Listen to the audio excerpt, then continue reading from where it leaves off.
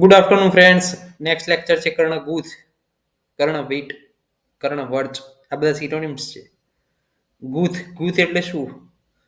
તો કે નાના નાના જે છે મલ ભેગા થાય અને જે એક્યુમ્યુલેટ થાય છે અને એક ગુથ એક્યુમ્યુલેટ થઈને જે સ્ટ્રક્ચર બનાવે છે એને ગુથ કહેવામાં આવે છે. કર્ણગુથ એટલે કે જે વેક્સ જે છે એ ભેગો થાય છે. કાનની અંદર જે પ્રોડ્યુસ થતો વેક્સ છે કે જે ફિઝિયોલોજીકલી આપણને શું થાય છે, મદદરૂપ થાય છે કે કોઈ ફોરેન બોડી અંદર ના જઈ શકે.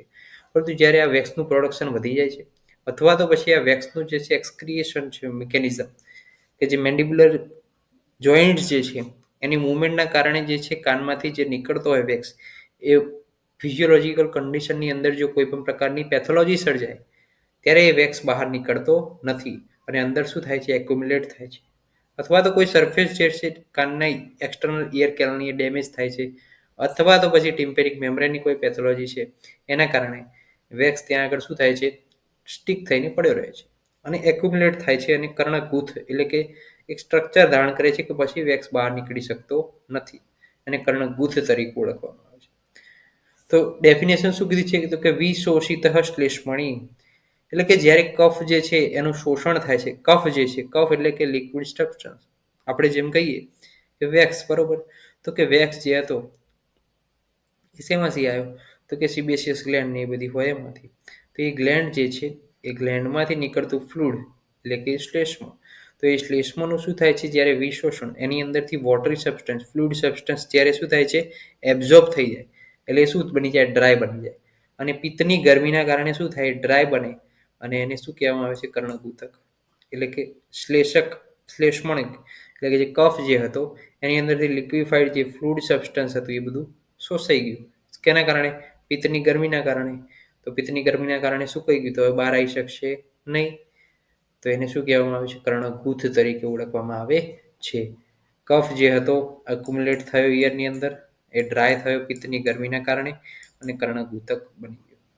કર્ણગુથને મજબૂત કરવા માટે ચિકિત્સાની અંદર કીધું સામાન્ય ચિકિત્સા તો સેમ રહેશે કે સામાન્ય કર્ણ રોગેશુ ઘૃતપાન રસાયણમ અવ્યાયામ શિરષ્ટાન બ્રહ્મચર્ય મતકથન પરંતુ વિશેષ ચિકિત્સાની અંદર કર્ણગુથને મૃદુ કરવા માટે એટલે જો જ્યારે પણ કોઈ સોલિડ જે હોય, જો લિક્વિફાઈ હશે તો બહાર આવી જશે, પરંતુ સોલિડ હોય તો જે ત્યાં આગળ જે છે સ્ટિક થઈને પડી રહ્યો હોય. તો હવે એને પહેલાં શું કરવું પડશે, આપણે સોફ્ટ બનાવવું પડશે. સોફ્ટ બનાવવા માટે આપણે શું કરી શકીએ, સ્નેહન કરી શકીએ. તો કે પહેલાં તેલ નાખવાનું, ત્યારબાદ શું કરવાનું, સ્વેદન આપવાનું. સ્વેદન આપો એટલે શું થાય, મૃદુ થાય, એ સોફ્ટ થાય અને સ્નેહન સ્વેદન પતી જાય એટલે એ સક્ષમ બની જાય બહાર આવવા માટે. ત્યારે શું કરવાનું છે, સલાકાથી આહરણ કર્મ. આહરણ કર્મ એટલે કે એક્સટ્રેશન કરવાનું છે અને બહાર નીકળવાનું છે. જોન્સન પ્રોબ આવે છે એનાથી જે છે બહાર નીકળવાનું છે.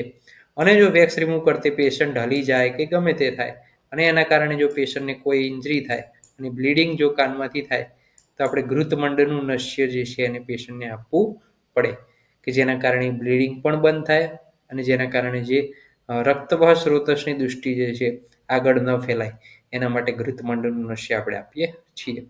તો કર્ણગુથ શું થયું તો કે જે શ્લેષ્મ છે એટલે કે જે કફ છે એ પિત્તની ગરમીના કારણે શું થયો, શોષાઈ ગયું. એની અંદર લિક્વિફાઈડ સબસ્ટન્સ શોષાઈ ગયું એટલે શું બની ગયો, સોલિડ. અને એને શું કીધું, કર્ણગુથક કીધું.